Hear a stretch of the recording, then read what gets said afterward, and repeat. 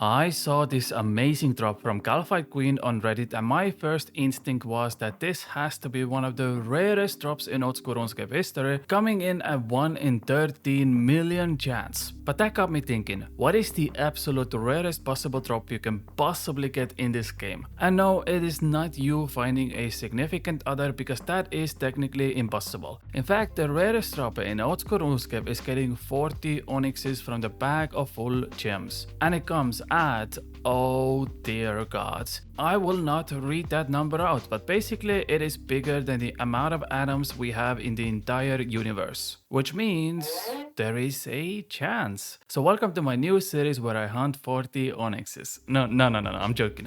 The reality is I just found that a very interesting fact, and that made me wonder, what are some other fun or interesting facts out there in old school RuneScape that you should know about? Like for instance, did you know that the GE tax Jagex implemented a few years ago has now removed minimum of 5 trillion GP from the game itself? These are just few of the items that Jagex takes from the game, and the system is very simple. Every time you buy a valuable item, you have to pay 1% extra tax on that item. That money is then piled on an imaginary account, and then that account buys these items and removes them from the game. And the only reason for this is to keep the demand for the items high at all times. And while we're at the topic of GE, there are actually items in the game that you can't physically buy yet, but you can search them at the GE. Like for instance, if you type in rock climbing boots, you can see the item that is very similar to the normal climbing boots, but you can't buy them. This is a relic from the past when the boots themselves were manipulated to go up in price.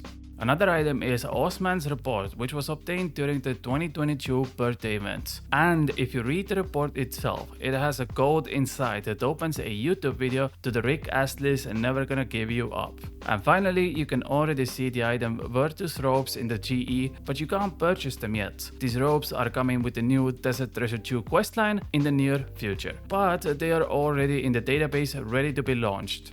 And while we're on the topic of weird items, did you know that there is an item in the game called Pat of a Nut Garlic Butter that you can obtain on the upstairs house at Darkmire? The item works exactly the same as Pat of Butter, but the hint here is that it does not contain garlic, which is about as scary to vampires as it is for me talking with women. In any case, a Pat of definitely not garlic butter is not the longest name in old school RuneScape history. In fact, that item just got launched into the game a few months ago, and the title for the longest item name in old school RuneScape currently goes to Corrupted Morrigan's Leather Jabs Bounty Hunter Inactive, coming in with a whopping 49 characters in the official title name. Congratulations, hopefully that title will one day be broken. Okay, let me show you something useful. Have you ever seen those annoying bots at GE who always spam weird messages? Well, there is a very easy fix for that, and you guessed it, it's a RuneLite plugin. There is a plugin called Chat Filter, and you can expand that filter list and add in a line of messages. Here is the entire list on the screen, and it will essentially remove all the annoying text that you can see at GE, and I will make sure to leave the paste bin link down in the description for you to use as well. Just make sure the game chat filter option is not turned on the plugin, otherwise you might miss out on a few rare drops in the game. Next up, I'm gonna show you this simple yet very effective method to check in your kingdom management. You don't have to go to Miscellanea anymore to check up on it. Instead, just open the quest tab, and after you complete the quest itself, it will now showcase your personal kingdom stats. It shows your population approval and how much money you have in the coffer. It saves you a lot of time and effort. Okay, let me show you a few locations in the game that you might have never thought of before. Firstly, if you ever played hide and seek, there is this interesting cave between the Goblin Village and Taverley Wall, and if you go inside that cave, you spawn in a very odd place that nobody knows exists. This used to be an event many years ago, and you had to come to this cave to complete the event, and it's still here. Next location is right by the Lumbridge River. You have always known this place as a goblin outpost, right? But in the lore, it actually says a human used to live there just a week before you spawned in the game. But it was overrun by goblins, and the guildmaster even states that Lozar, the person who used to live here, actually had a piece of the map that was taken by a goblin. Later on in Dragon Slayer quest, we find out that Wormbrain was the goblin that took the map piece while the goblin raid was happening, and he was put to jail for that. And by the way, if you want to discover all of these locations yourself or the entire map of Killanor with all the instanced areas, all the dungeons, all the raids, everything you see, you can actually visit a webpage called OSRS.world. And it's basically a map viewer that shows you absolutely everything. There are a lot of cool places that not many people know about or even think to use. Like if you go past the wilderness, you can see all of these instant areas starting from raids. We have a few areas that are only meant for quests, and at the end there are even god wars, underground dungeons, bosses. I mean, there is everything here, and you can explore all of that yourself, and it's just a fun little thing to see how layered the old school RuneScape map really is. Okay, it's time to speedrun some facts to you. Firstly, in the latest update, Jagex has added some awesome nifty features for you to enjoy, starting with the fact that you can now change your chat colors to something like this.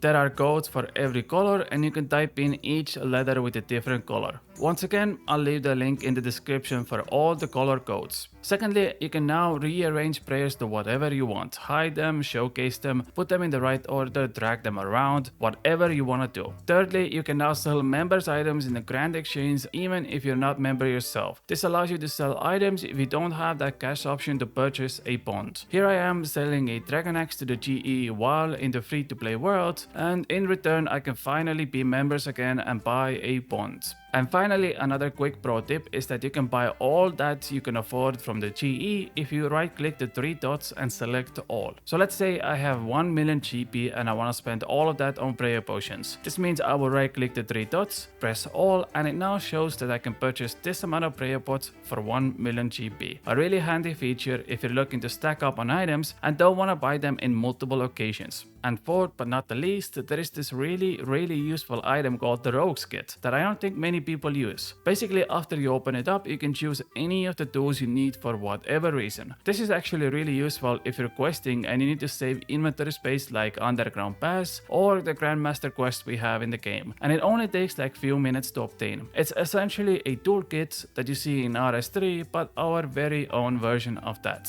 Oh, and here's one more. Did you know that the #1 player in old school RuneScape history has never played a single minigame, nor has he ever killed any of the bosses, which absolutely blows my mind. That man is committed.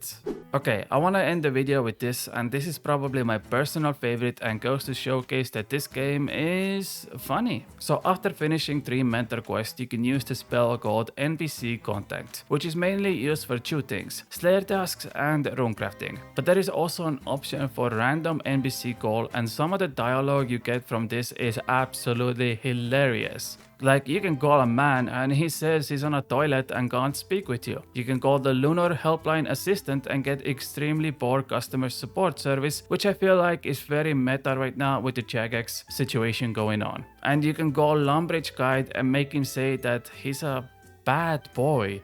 Which, you know, I don't know who wrote this, but I swear that this should be said only on 2 occasions, to children and in bed, neither of which are suitable for this scenario. And there are many others as well, like prank calling a gnome, calling the Lumbridge cows, and even Osman, who is absolutely drunk with the squirt choice he's been drinking lately. If you found any of these useful or fun, consider subscribing to the channel, but that's it from me. I love you all very much and I'll see you all tomorrow with another video. Bye.